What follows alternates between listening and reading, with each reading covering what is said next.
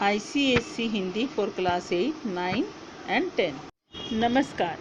आज मैं आपको साहित्य सागर से पाठ भेड़े और भेड़िए पढ़ाऊंगी। भेड़ और भेड़िया दोनों ही विपरीत स्वभाव के जीव हैं। भेड़ें जितनी ही सीधी और मासूम होती हैं, भेड़िए उतने ही तेज और चालाक होते हैं।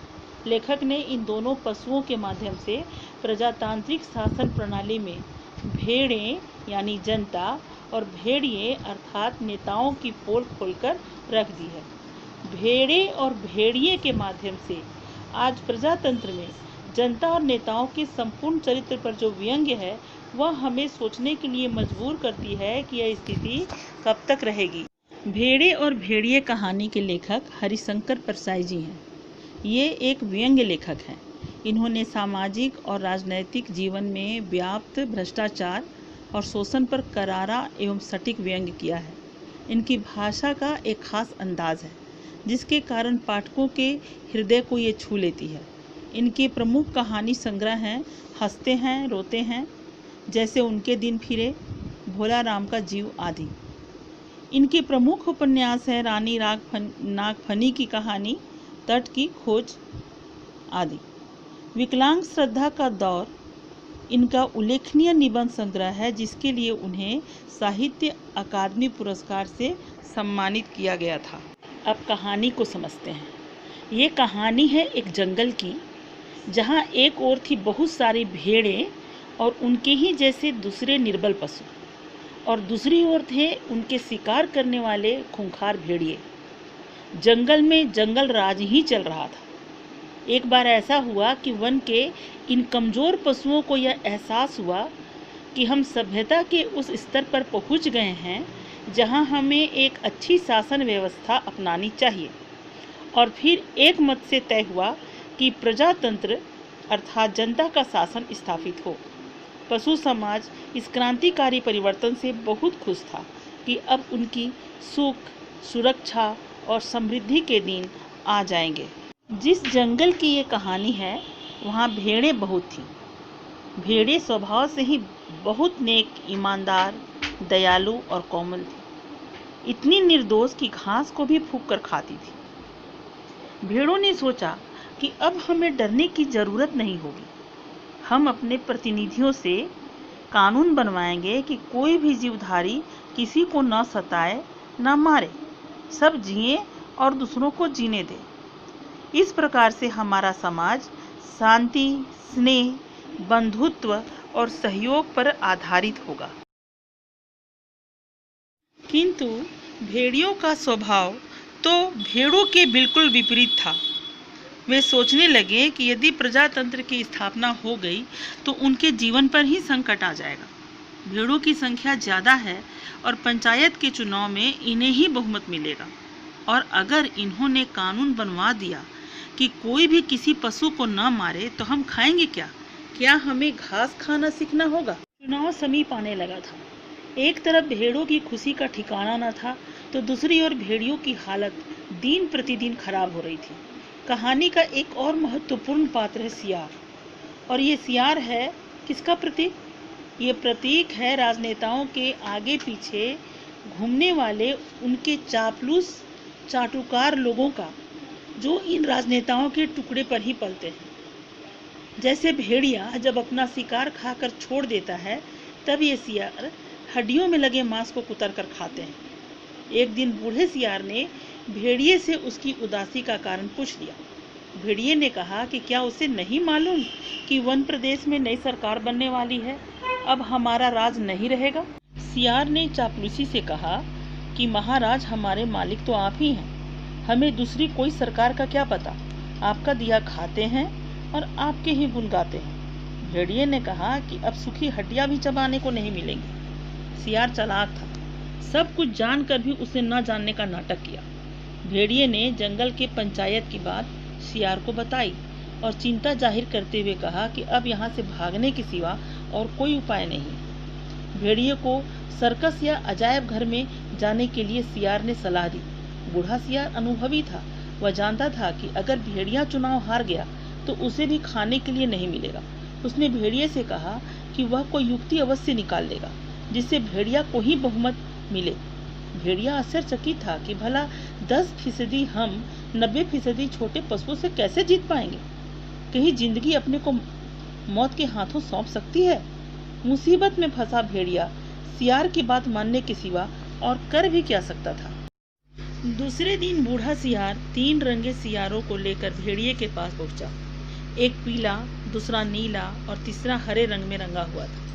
भेड़िए के पूछने पर उसने बताया कि ये रंगे सियार भेड़िए के चुनाव का प्रचार करेंगे और उसकी सेवा करेंगे। भेड़िए के शंका करने पर कि इनकी बात मानेगा कौन, सियार तो वैसे भी छल कपट के लिए बदनाम है।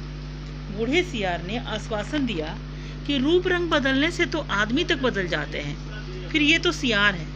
तात्पर्य यह कि इन सियारों की बात सभी मानेंगे और आप चुनाव अवश्य जीतेंगे। फिर बूढ़े सियार ने भेड़िए का रूप भी बदल दिया। उसके मस्तक पर तिलक लगाया, गले में कंठी पहनाई और मुंह में घास के तिनके खोस दिए। फिर उससे कहा कि अब आप पूरे संत हो गए हो, अब हम भेड़ों की सभा में जाएंगे, मगर 3 बातों का ख्याल रखना। अपनी हिंसक आंखों को ऊपर मत उठाना, हमेशा जमीन की ओर देखना और कुछ मत बोलना, नहीं तो सारी पोल खुल जाएगी और वहाँ बहुत सी भेड़ें आएंगी, सुंदर सुंदर, मुलायम मुलायम, तो कहीं किसी को खा मत लेना। फिर भेड़िए ने पूछा कि आखिर ये रंगे सियार क्या काम करेंगे। बूढ़े सियार ने बताया कि ये तीनों ही आपका प्रचार करेंगे, इनके बल पर ही आप चुनाव लड़ेंगे। उसने बताया कि पीला सियार विद्वान, विचारक, कवि और लेखक है, नीला सियार नेता और पत्रकार है और हरा सियार धर्मगुरु है। भेड़िए ने टोका कि कवि, लेखक, नेता, विचारक, पत्रकार तो अच्छे लोग होते हैं और ये तीनों हमारा प्रचार कैसे करेंगे। सियार ने कहा कि ये तीनों सच्चे नहीं हैं, रंगे हुए हैं। अब आपको यहाँ एक बात अवश्य जानना चाहिए कि लेखक ने हमारे देश के प्रजातांत्रिक शासन की एक बहुत बड़ी खामी की ओर हमारा ध्यान आकृष्ट किया है। चुनावों में प्रत्येक दल अपने आप को सर्वश्रेष्ठ साबित करने के लिए अनेक ऐसे माध्यमों का सहारा लेते हैं जो उन्हें जनता के सामने सबसे अच्छा साबित कर दे और अपना वोट उनको दे दे। आम जनता की इसी जागरूकता की कमी को वे अपने प्रचार के लिए प्रयोग में लाते हैं। समाज के बुद्धिजीवी लोगों से अपने पक्ष में प्रचार करवाते हैं। भोली भाली जनता जो भेड़ ही है, उनके इस छल को समझ नहीं पाती। अज्ञानता भी है, जिसके कारण धार्मिक कारणों से, जातिगत कारणों से अथवा संप्रदायगत कारणों से किसी खास जाति, समुदाय और धर्म के लिए वोट करते हैं और बाद में पछताते रहते हैं। तो अब भेड़ियां और तीनों रंगे सियार पहुंचे भेड़ों की सभा में, जहां हजारों भेड़ें इकट्ठी थीं कि कोई संत आ रहे हैं जिसके दर्शन करके वे धन्य हो जाएंगी। संत आने की खबर बूढ़े सियार ने ही फैला रखी थी। भेड़ों के बीच में जहां तहां बैठे सियारों ने संत भेड़िए की जय जयकार की। भेड़े भेड़ियों को देखकर भागने लगी। तब सियार ने कहा कि भागो नहीं, अब ये संत हो गए हैं, उन्होंने हिंसा बिल्कुल छोड़ दी है, उनका हृदय परिवर्तन हो गया है, 7 दिनों से घास खा रहे हैं, हर समय भगवान के भजन एवं परोपकार में लगे रहते हैं, अपना जीवन जीव मात्र की सेवा में अर्पित कर दिया है, किसी का दिल नहीं दुखाते। भेड़ों से तो उन्हें विशेष प्रेम है। आपकी जाति ने जो कष्ट सहे हैं उसे याद करके इनकी आंखों में आंसू आ जाते हैं। ये लज्जित है, इसी कारण इनका सिर लज्जा से झुका हुआ है, किंतु अब ये अपना शेष जीवन आप लोगों की सेवा में लगाकर अपने पापों का प्रायश्चित करेंगे। अपनी बात को सही साबित करने के लिए बूढ़े सियार ने एक उदाहरण भी दिया कि कैसे एक भेड़ के बच्चे के पाँव में कांटा लग गया था, तो भेड़िया संत ने उसे दांतों से निकाला और जब वह कष्ट से चल बसा तब उसके अंतिम संस्कार भी सम्मानपूर्वक किया। वह कहता है कि भेड़िया को अब अपना भाई समझें और उनसे भय ना करें। बूढ़े सियार ने भेड़िए को मुंह बंद रखने के लिए पहले ही बोल दिया था। वह जानता था कि भेड़िया मेरी तरह इतना घुमा फिराकर बात करने में असमर्थ है, अतः बहाना बनाया कि भेड़िया संत को प्रेम और दया का संदेश देने के लिए कहता, किंतु प्रेमवश उनका गला भर आया है और वे कंठ अवरुद्ध होने के कारण कुछ बोलने में असमर्थ हैं। फिर बूढ़े सियार ने तीनों रंगे सियारों का परिचय देते हुए कहा कि इन तीनों रंगीन प्राणियों को आप पहचान नहीं पाए होंगे, क्योंकि ये इस लोक के जीव हैं ही नहीं। ये तो स्वर्ग के देवता हैं, जो हमें अच्छे अच्छे उपदेश देने के लिए पृथ्वी पर उतरे हैं। ये जो पीला रंगीन प्राणी है, ये विचारक, कवि और लेखक है। ये नीले वाले नेता और स्वर्ग के पत्रकार हैं, और हरे वाले धर्म गुरु हैं। सियारों का परिचय देने के बाद सियार ने कहा कि अब कविराज आपको स्वर्ग का संगीत सुनाएंगे। पीला सियार अर्थात कवि जी वे संगीत क्या सुनाते, उन्हें तो हुआ हुआ के सिवा कुछ आता ही नहीं था। उसने जैसे ही हुआ हुआ की आवाज़ निकाली, भीड़ में बैठे सियार भी वैसे ही आवाज़ निकालने लगे। सियार ने तुरंत चतुराई से बात संभाली कि कवि की बात सबको समझ में नहीं आ सकती, और वह स्वयं कवि के हुआ हुआ का अर्थ बताने लगा कि स्वर्ग में जैसे परमात्मा है, वैसे ही पृथ्वी पर भेड़िया है। वह सर्वत्र व्याप्त और सर्वशक्तिमान है। उसकी पूजा प्रकृति भी करती है। इसलिए ऐसे विराट के चरणों में हम सभी को प्रणाम करना चाहिए। फिर नीले रंगीन प्राणी अर्थात सियार ने कहा कि निर्बलों की रक्षा बलवान ही कर सकते हैं। भेड़े कोमल और कमजोर हैं, अपनी रक्षा नहीं कर सकती। उनकी रक्षा भेड़िए ही कर सकते हैं। भेड़ों को चाहिए कि उन्हें अपना भाई समझे, क्योंकि दोनों में बहुत ही कम अंतर है। तुम भेड़ और वह भेड़िया, उसे बेकार में ही बदनाम कर दिया गया है कि वह भेड़ों को खाता है। खाता कोई और है, और हड्डियां उसके द्वार पर फेंक आता है, जिससे वह बदनाम होता है। भेड़े पंचायत में कुछ बोल भी नहीं पाएंगे। भेड़िए बलवान होते हैं। अगर तुम पर कोई अन्याय होगा तो वे डट कर लड़ेंगे। इसलिए अपनी हित की रक्षा के लिए भेड़ियों को चुनकर पंचायत में भेजो। उसने भी भेड़िए की जय जयकार की। फिर हरे रंग के प्राणी अर्थात धर्मगुरु ने उपदेश दिया कि जो यहाँ त्याग करेगा वह उस लोक में पाएगा, जो यहाँ दुख भोगेगा वह वहाँ सुख पाएगा, जो यहाँ राजा बनाएगा वह वहाँ राजा बनेगा, जो यहाँ वोट देगा वह वहाँ वोट पाएगा। इसलिए सब मिलकर भेड़िए को वोट दो। उसने बताया कि भेड़िया दानी, परोपकारी और संत है, और मैं भी उसे प्रणाम करता हूँ। पंचायत का चुनाव प्रजातांत्रिक तरीके से होने वाला था, और इस प्रकार से पूरा प्रचार हो चुका था। और यह एक भेड़िए की कहानी नहीं थी, बल्कि वन प्रदेश में सभी स्थानों पर भेड़ियों ने इसी प्रकार से प्रचार किया, और भेड़ों को विश्वास हो गया कि उनकी भलाई के लिए भेड़िए से बढ़कर कोई और कार्य नहीं कर सकता। जब पंचायत का चुनाव हुआ, तब भेड़ों ने अपने हित की रक्षा के लिए भेड़ियों को वोट दिया, और उनके हितों की रक्षा के लिए भेड़िए प्रतिनिधि बन गए। पंचायत में भेड़ों की भलाई के लिए भेड़िए ने पहला कानून बनाया। कानून था कि हर भेड़िए को सवेरे नाश्ते के लिए भेड़ का एक मुलायम बच्चा दिया जाए। दोपहर के भोजन में पूरी भेड़, और शाम को स्वास्थ्य के ख्याल से कम खाना चाहिए, इसलिए आधी भेड़ दी जाए।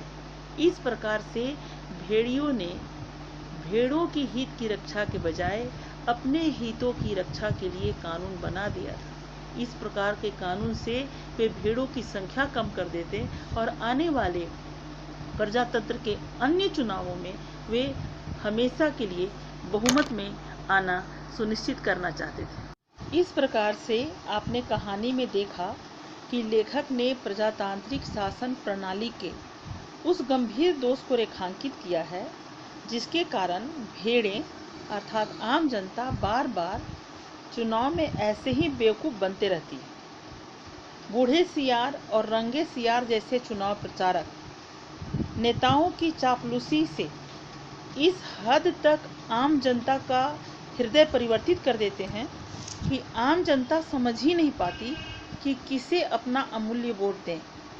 और हर 5 साल पर चुनाव होने के बावजूद एक भी ऐसा कानून नहीं बन पाता जिससे कि ये भेड़िए राजनेता कानून के शिकंजे में आए, और जनता रोटी, कपड़ा, मकान, नौकरी, बिजली, पानी आदि की सामान्य सुविधा भी प्राप्त कर सके।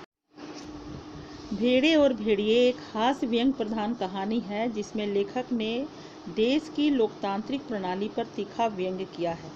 कहानी में दिखाया गया है कि किस प्रकार चुनावों में सीधी साधी एवं भोली भाली जनता का शोषण होता है। लेखक उन्हें जागरूक करना चाहते हैं। झूठ बोलने वाले, अहंकारी और शोषण करने के अनेक प्रपंच जानने वाले कपटी नेता ही विजयी होते हैं। दूसरी ओर राजनेताओं के चापलूस भी जनता का पर्याप्त शोषण करते हैं और जनता है कि धर्म, जाति, संप्रदाय के चक्कर में आकर हमेशा बेवकूफ़ बनी रहती है। इस प्रकार से लोकतांत्रिक प्रणाली की कुछ खामियों को दिखाया गया है। आशा है आपको कहानी समझ में आई होगी। पाठ्य पुस्तक से कहानी को अवश्य पढ़ें। धन्यवाद।